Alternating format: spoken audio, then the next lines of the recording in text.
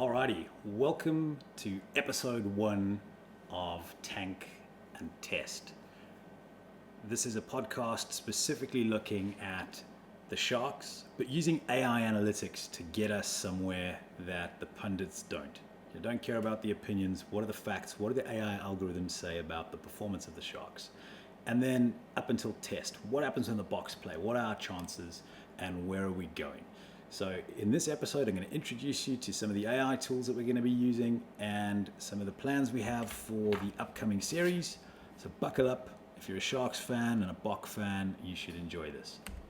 This week on the pod, we're specifically talking about our away game this weekend against the Ospreys in Swansea. And we're going to look at some of the stats and what our chances are of winning this game.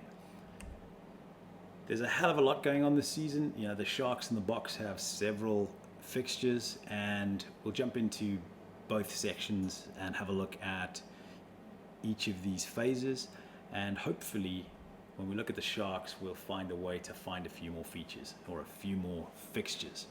Doing this in one take, so there may be some wobbles as we go. Right, so the Sharks currently are in the URC, and we are sitting 10 or 11 on the log. And that means that we are in danger of not making the playoffs. So we've got to get into the top 8, and you'll see just around here that the playoffs are subject to qualifications. So the top 8 teams get into the playoffs, and hopefully, we can win a few more games and get up there. You'll know that the Sharks have had quite a rocky season. When our A team arrives, we are dominant, and when we play a B team, or field the B team, I should say, our results are less than desirable. So upcoming fixtures, the Sharks are on a 2-game tour of Europe. First up this weekend against Swansea, and then heading off to Edinburgh, and then back to the tank for Benetton and Zebre. And hopefully in that time we can claw back enough points to get into the top 8. Kicking off after that is the Currie Cup. Starting in July, going through September.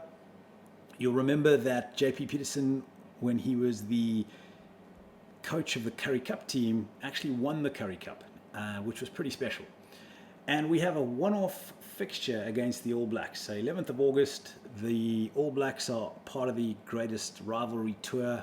We're a midweek game, which is pretty cool. So that's kind of great. The note down the bottom about the EPCR knockouts doesn't actually count because we're out of Europe. So let's move on and have a look at our beloved Boks. All right, so the Springboks have a jam-packed year as well. First game coming up is against the Barbarians, Nelson Mandela Stadium, Geberge. And we jump straight into the southern leg of the Nations Cup. So we've got All Blacks at Ellis Park, England at Ellis Park, Scotland at Loftus, and Wales in Derbs. And then the greatest rivalry kicks off. This is super exciting. We've got 4 tests against the All Blacks, so Joburg, Cape Town, back in Joburg, and then a weird money grab in Baltimore. And then 2 tests against, one against Buenos Aires and one against Australia. These are kind of out of order. So if you look at the Argentina game, that happens before the greatest rivalry. So it's probably a good, brutal, physical test before we see the All Blacks again. And then we're into the southern, the northern leg and finals of the Nations Cup in November. So a lot of rugby to come, a lot of test matches. We're going to take this game by game with the analysis, and we'll see where we get to as we move through. So we've spoken a bit about the upcoming game. The Sharks are away against Swansea. They've just travelled up there. Pretty strong squad's been announced. I haven't seen a team yet, so these analyses are going out before we see a team. But the squad is packed full of Springboks. So part of the analysis tools I've built look at an AI power ranking, a head-to-head. And if we look at the recent rankings, we were in 10th playing the Ospreys in 11th. It's an away game, so there's no advantage there really. Current form has been bad for both teams, although we've come off of 2 wins and they're coming off of 3 losses. But the rankings look like this. We look at decision making, lineouts, scrums, defense, and attack. And at the moment, the defense of the Ospreys is phenomenal. They recently had a narrow loss to Connacht, and their defensive system was what kept them going really well. The Sharks, particularly with the front row that we currently have a massive scrum advantage. It's huge. Our defense is not as good as theirs, so that's quite interesting.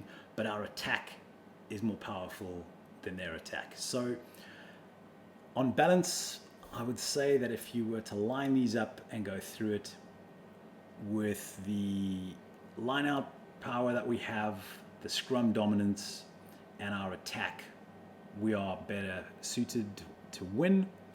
Our decision making tends to be at our sort of 10-15 area, and again, that's ranked higher. So if we can get into this game and get scrum dominance, get some good penalties, and get our kicks over, we'll be in a better position. So at this point, advantage Sharks. But that doesn't paint the whole picture. The AR power rankings are good from a position and set piece point of view, but let's go and look at what the other AI predictions are.